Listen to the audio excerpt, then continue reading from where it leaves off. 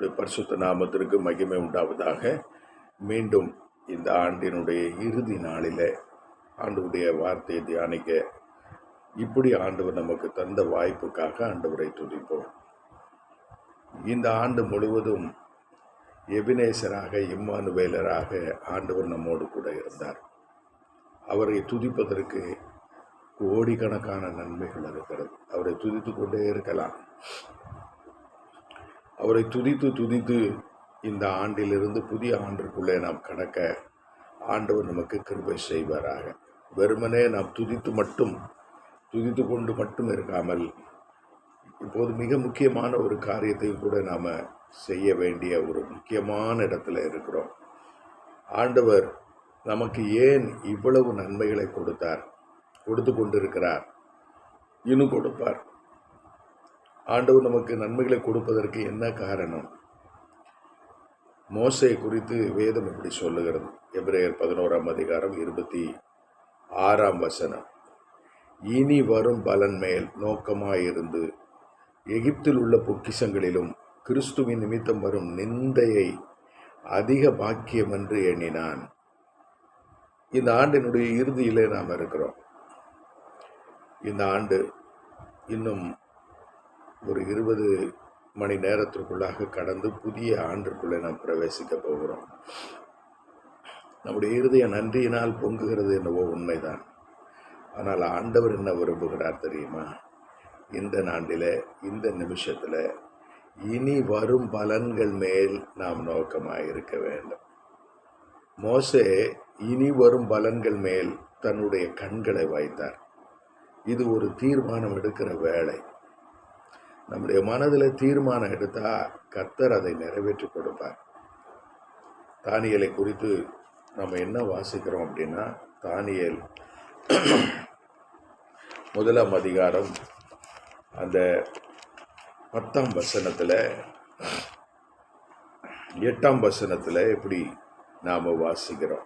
தானியேல் ராஜாவின் போஜனத்தினாலும் அவர் பானம் பண்ணும் திராட்சை ரசத்தினாலும் தன்னை தீட்டுப்படுத்தலாகாதென்று தன் இருதயத்திலே தீர்மானம் பண்ணிக்கொண்டு தன்னை தீட்டுப்படுத்தாதபடிக்கு பிரதானிகளின் தலைவனிடத்தில் வேண்டிக் கொண்டார். தேவன் தானியேலுக்கு பிரதானிகளின் தலைவனிடத்தில் தயவும் இரக்கமும் கிடைக்கும்படி செய்தார். தீர்மானிப்பது நம்ம வேலை. நம்முடைய தீர்மானத்தை ஜெயமாக மாற்றுகிறது தேவனுடைய வேலை. நீங்களும் நானும் தேவனுடைய திட்டத்தில், விடுதலை திட்டத்தில் இருக்கிறோம். நம்ம ஒன்றை மறந்து போகக்கூடாது. தேவனுடைய பரிசுத்தமான அந்த பரிபூர்ணமான சித்தம் என்ன என்றால், இந்த உலகத்தில் பாவத்தில் தவித்து கொண்டிருக்கிற, அழிந்து கொண்டிருக்கிற, செத்து கொண்டிருக்கிற ஒவ்வொரு மனிதனுக்கும் இந்த கிறிஸ்துவின் நற்செய்தி, பிதாவின் சாயலான கிறிஸ்துவின் நற்செய்தியை கொண்டு செல்ல வேண்டும். நாம் ரட்சிக்கப்பட்டு விட்டோம். நமக்கு அபிஷேகம் கிடைத்து விட்டது. நமக்கு ஒரு புது வாழ்வு, ஒரு புது நம்பிக்கை. எதை பற்றியும் நாம் இந்த உலகத்தில் கவலைப்படாமல் தேவனுடைய சமூகத்தில் துதித்து கொண்டே இருக்கிற கிருபையை தருகிறார். இதை மற்றவர்களும் அனுபவிக்கணும். நம்முடைய சகோதர சகோதரிகளை அனுபவிக்கணும். அவர்களுக்கு இந்த நற்செய்தியை, இந்த விடுதலை திட்டத்தில் நீங்களும் நானும் இணைந்து பரிபூர்ணமாக செயல்பட வேண்டும் என்று ஆண்டவர் எதிர்பார்க்கிறார். அதற்காகத்தான் ஆண்டவர் நம்ம என்ன சொல்லுகிறார்னா, இனி வரும் பலன்கள் மேல் நாம் நோக்கமாக இருக்க வேண்டும்.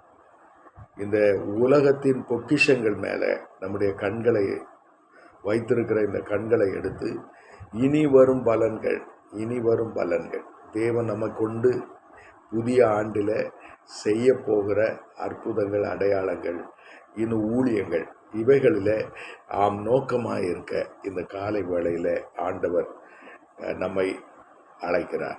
பாருங்க, மோசேக்கு கர்த்தர் சொன்ன வார்த்தை என்ன? மோசேக்கு கர்த்தர் சொன்னது யாத்திராகமம் 3ஆம் அதிகாரத்தில் அந்த வார்த்தை இருக்கிறது. யாத்திராகமம் 3ஆம் அதிகாரம் 12ஆம் வசனம். அதற்கு அவர், நான் உன்னோட இருப்பேன். நீ ஜனத்தை எகிப்திலிருந்து அழைத்து வந்த பின் நீங்கள் இந்த மலையிலே தேவனுக்கு ஆராதனை செய்வீர்கள். நான் உன்னை அனுப்பினேன் என்பதற்கு இதுவே அடையாளம். கர்த்தர் சொல்றாரு, நான் உன்னோடு கூட இருப்பேன். தேவன் ஒரு மனிதனை தெரிந்தெடுத்து அந்த மனிதனுக்கு தம்மை வெளிப்படுத்தினால் ஆண்டவர் சொல்லுகிற முதல் வார்த்தை, நான் உன்னோடு கூட இருப்பேன். நான் உன்னோடு கூட இருப்பேன் என்றால் என்ன அர்த்தம் தெரியுமா? உபாகமம் யாத்திரையாகமும் 33ஆம் அதிகாரம், யாத்திரையாகமும் 33ஆம் அதிகாரம் 14ஆம் வசனம், 33:14. என் சமூகம் அதற்கு அவர், என் சமூகம் உனக்கு முன்பாக செல்லும், நான் உனக்கு இளைப்பாறுதல் தருவேன் என்றார். தேவனுடைய சமூகம் முன்னால செல்லும். நீங்களும் நானும் தேவனுடைய திட்டத்திற்கு, பரிபூர்ணமான திட்டத்திற்கு நம்ம முற்றிலுமா கீழ்ப்படியும் போது, அர்ப்பணிக்கும் போது தேவனுடைய சமூகம் நமக்கு முன்னால செல்லும். தேவன் நம்மோடு கூட இருப்பார். இந்த காலை வேளையில் நம்முடைய சொந்த காரியங்களுக்காக கர்த்தரை தேடுகிறத விட்டு தேவனுடைய சித்தத்திற்காக செயல்பட இன்றைக்கு நம்ம அழைக்கப்படுகிறோம். தேவனுடைய இருதய கதறல் என்ன தெரியுமா? எல்லா மனிதரும் ரட்சிக்கப்படவும் சத்தியத்தை அறிகிற அறிவை அடையவும் அவர் சித்தமுள்ளவராக இருக்கிறார். பிரியமான தேவனுடைய பிள்ளைகளே, இந்த மாபெரும் வேலை, இந்த உலக சுவிசேஷமயமாக்கல் அல்லது கடைசி மனிதனுக்கும் நற்செய்தியை கொண்டு செல்லுகிற இந்த மாபெரும் பணியை ஏதோ ஒரு சிலர் மட்டும் செய்யாம, இந்த பெரிய பணியை எல்லா விசுவாசிகளும் நாள் முழுக்க செய்யணும், ஆண்டு முழுக்க செய்யணும். இந்த ஆண்டுல ஆண்டவர் நமக்கு அறுவடையின் ஆண்டாக கொடுக்கிறார். அறுவடையின் ஆண்டாகும். தேவனை சந்திக்க நீ ஆயத்தப்படு. ஒவ்வொரு ஆத்மாவுக்கும் உங்களையும் என்னையும் காவலாளியாக வைத்திருக்கிறார். ஜெபிக்கணும், அவர்களோட நன்றாக பழகணும், அவர்களுக்கு ஏற்ற சமயத்தில் நற்செய்தியை சொல்லணும், அவர்களை மனம் திரும்புதலுக்கும் ஞானஸ்நானத்துக்கும் நேராக வழி நடத்தணும். அதற்கு பிறகு தேவனுடைய சத்தியங்களை கற்றுக்கொள்ளும் வரை, அவர்கள் நல்ல சீசன் ஆகும் வரை நாம் அவர்களோட தொடர்பில் இருக்கணும். இப்போ பாருங்க, ஒரு மனிதனோடு தேவனுடைய சமூகம் இருந்தால் என்ன நடக்கும் அப்படின்னா, எல்லாவற்றையும் அவர் மாற்றுவார். மோசேய கர்த்தர், அவன் எகிப்திலிருந்து ஓடி வந்தான். அவன் ஒரு தேடப்பட்ட குற்றவாளி. அவனை எகிப்தின் ராஜா தேடிக்கொண்டிருந்தான். ஆனால் கர்த்தர் அவனை அபிஷேகித்து மீண்டும் எகிப்துக்கு அனுப்பினார். இப்போ நான் உன்னை எகிப்துக்கு அனுப்புகிறேன், வா என்று ஆண்டவர் அழைக்கிறார். அப்படி அழைச்ச உடனே சாக்கு போக்கு சொல்லாம ஆண்டவருடைய வார்த்தையை வனாந்தரத்தில் 40 வருடமும் அவன் அலைந்து திரிந்து பக்குவப்பட்ட பின்பு ஆண்டவர் அழைத்த உடனே எகிப்துக்கு அவன் போகிறான். அதை நீங்கள் பார்த்தீங்கன்னா அப்போஸ்தலர் நடபடிகள் 7ஆம் அதிகாரத்தில் பார்த்தீங்கன்னா, கர்த்தர் அவனை பார்த்து இப்படி அழைப்பார், வா உன்னை நான் அனுப்புவேன். 34ஆம் வசனம், எகிப்தில் இருக்கிற என் ஜனத்தின் உபத்திரவத்தை நான் பார்த்து அவர்கள் பெருமூச்சை கேட்டு அவர்களை விடுவிக்கும்படிக்கு இறங்கினேன்.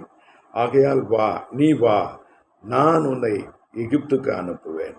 எங்கிருந்து ஓடி வந்தானோ, எங்கிருந்து அவன் உயிர் தப்ப ஓடி போனானோ அதே இடத்திற்கு கர்த்தர் அவனை அனுப்புகிறான். நாம் எங்கே இருக்கிறோமோ அங்கேயே நம்முடைய ஊழியம் இருக்கிறது. மோசே போல ஆண்டவர் மீண்டும் நம்முடைய பழைய இடத்திற்கு ஆண்டவர் அனுப்புகிறார். இந்த ஆண்டில் நமக்கு அறுவடை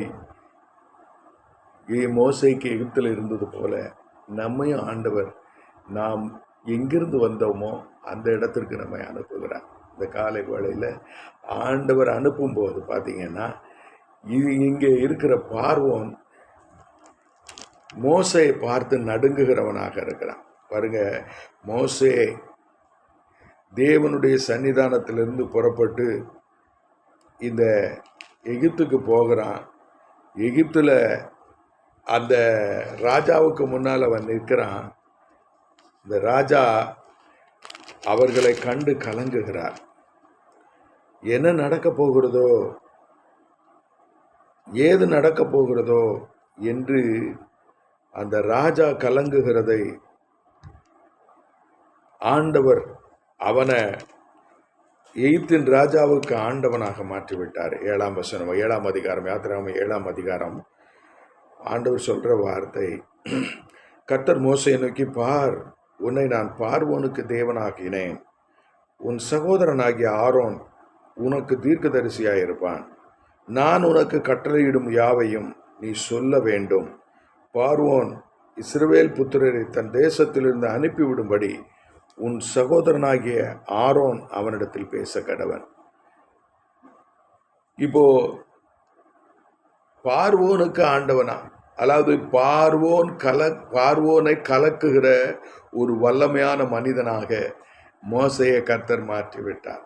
தேடப்பட்ட இடத்துல, தப்பி ஓடின இடத்துல, தன் சொந்த ஜனங்கள் நடுவே மோசே போய் தேவனுடைய வார்த்தையை பேசி தேவனுடைய ஒரு சாட்சியாக நின்றதுனாலே கர்த்தர் எகிப்திலே அவனை ராஜாவை கலங்கடிக்கும் பண்ணும்படி கர்த்தர் பேசினார். பாருங்க, தேவனுடைய கரம் மோசையோடு இருந்ததினாலே எகிப்தின் அரசனுடைய வல்லமை நொறுங்கினது. அவனுடைய இருதயம் எகிப்தில மோசேயை குறித்து அவன் மிகவும் கலங்கினான். பாருங்க, யாத்திராகமம் 10ஆம் அதிகாரம் 16ஆம் வசனம் பாருங்க. அப்பொழுது பார்வோன் மோசேயையும் ஆரோனையும் தீவிரமாக அழைப்பித்து, உங்கள் தேவனாகிய கர்த்தருக்கும் உங்களுக்கும் விரோதமாக பாவம் செய்தேன். இந்த ஒரு முறை மாத்திரம் நீ என் பாவத்தை மன்னிக்க வேண்டும். உங்கள் தேவனாகிய கர்த்தர் இந்த சாவை மாத்திரம் என்னை விட்டு விலக்க அவரை நோக்கி விண்ணப்பம் பண்ணுங்கள் என்றான். ராஜாவினுடைய இருதயம் கலங்கும்படி தேவனுடைய சமூகம் மோசேக்கு முன்னாக சென்றது. மோசேக்கு எகிப்தில் என்ன ஊழியம்? விடுதலை செய்கிற ஊழியம். தேவனுடைய வார்த்தையாக, தேவனுடைய குரலாக, தேவனுடைய வல்லமையாக பார்வோனுக்கு முன்பாக தேவன் தாம் சொன்னபடி செயல்பட்டார். என் சமூகம் உனக்கு முன்பாக செல்லும் என்று சொன்ன கர்த்தர், நான் உன்னோட கூட இருப்பேன்னு சொன்னவர் பார்வோனுக்கு முன்பாக மோசேயை வெட்கப்படுத்தவில்லை.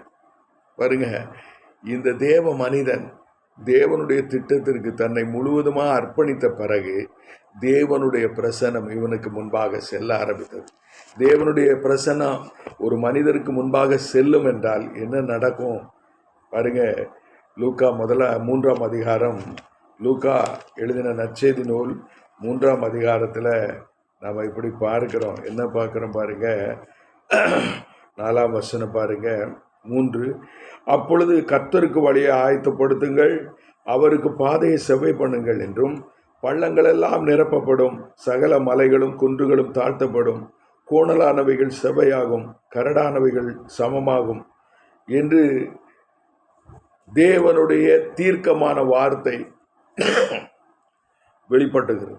பார்த்தீங்கன்னா, ஒரு மனிதனுக்கு முன்னால் தேவனுடைய சமூகம் செல்லும் போது பார்த்தீங்கன்னா எல்லா பள்ளங்களும் நிரப்பப்பட்டுரும், எல்லா மலைகளும் தாழ்த்தப்படும். அதாவது தாழ்ந்து கிடக்கிறத கர்த்தர் உயர்த்துவார், பெருமை உள்ளதெல்லாம் கர்த்தர் தாழ்த்துவார். வாழ்க்கையில் கோணலான வாழ்க்கை உடையவர்கள், திருக்கான சிந்தனை உடையவர்களை கர்த்தர் மாற்றுவார், நேராக மாற்றுவார். தேவனுடைய பிரசன்னம்தான் மனிதர்களை பண்படுத்தும், மனிதர்களை குணமாக்கும், மனிதர்களை விடுவிக்கும்.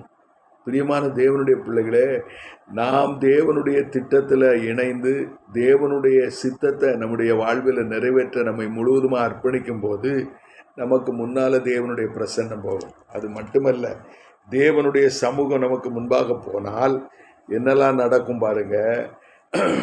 யோசுவாவின் புத்தகம் 5ஆம் அதிகாரம் 1ஆம் வசனம். 5ஆம் அதிகாரம் 1ஆம் வசனம் பாருங்க. அன்பான தேவனுடைய பிள்ளைகளே, இந்த இந்த இந்த மகிமையை, தேவனுடைய அந்த சமூகத்தை நம்முடைய வாழ்க்கையில் பெற்றுக்கொள்ளும் போது, அதை நம்ம விசுவாசிக்க ஆரம்பிக்கும் போது ஆண்டவர் இவைகளை செய்கிறார் பாருங்க. இஸ்ரவேல் புத்திரர் கடந்து தீரும் மட்டும் கர்த்தர் யோர்தானின் தண்ணீரை அவர்களுக்கு முன்பாக வற்றி போக பண்ணினதை, யோர்தானுக்கு மேற்கரையில் குடியிருக்கிற எமோரியரின் சகல ராஜாக்களும்,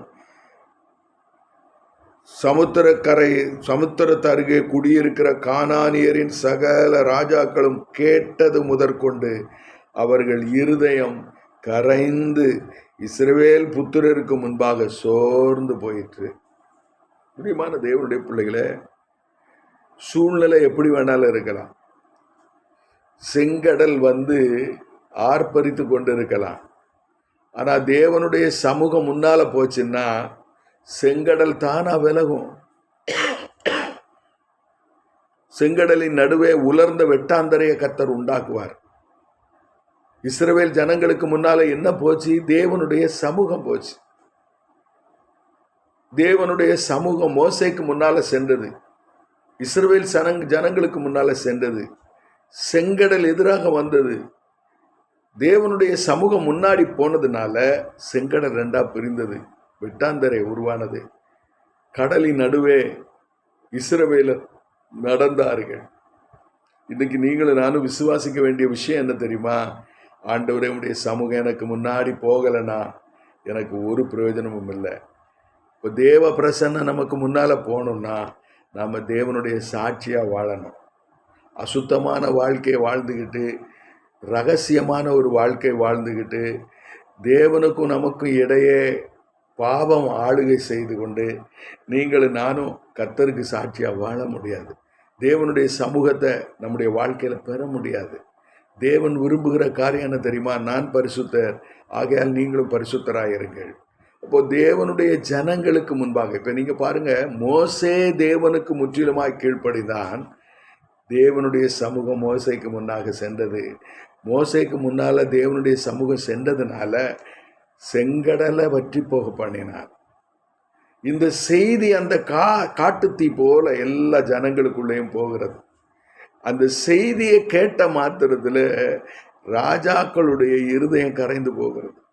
இங்க பாருங்க, யோசுவாவின் புத்தகத்துல 2ஆம் அதிகாரத்துல அங்கே இப்படி சொல்றாங்க பாருங்க. 2:9, கர்த்தர் உங்களுக்கு தேசத்தை ஒப்பு கொடுத்தார் என்றும், உங்களை பற்றி எங்களுக்கு திகில் பிடித்ததென்றும், உங்களை குறித்து தேசத்து குடிகள் எல்லோரும் சோர்ந்து போனார்கள் என்றும் அறிவேன். ராஜாக்கள் மட்டும் இல்லை, இந்த விடுதலை பயணத்திற்கு எதிராக இருக்கிற சத்ருவின் ராஜ்யம், சத்ருனுடைய ஜனங்கள் எப்படி இருக்காங்களா? கிளி பிடித்து போயிருக்கிறாங்க. அதோடு மட்டும் இல்லை பாருங்க, அவர்கள் சோர்ந்து போனார்கள். தேவனுடைய சமூகம் ஒரு மனிதனுக்கு முன்னால போனா என்ன நடக்கும் தெரியுமா?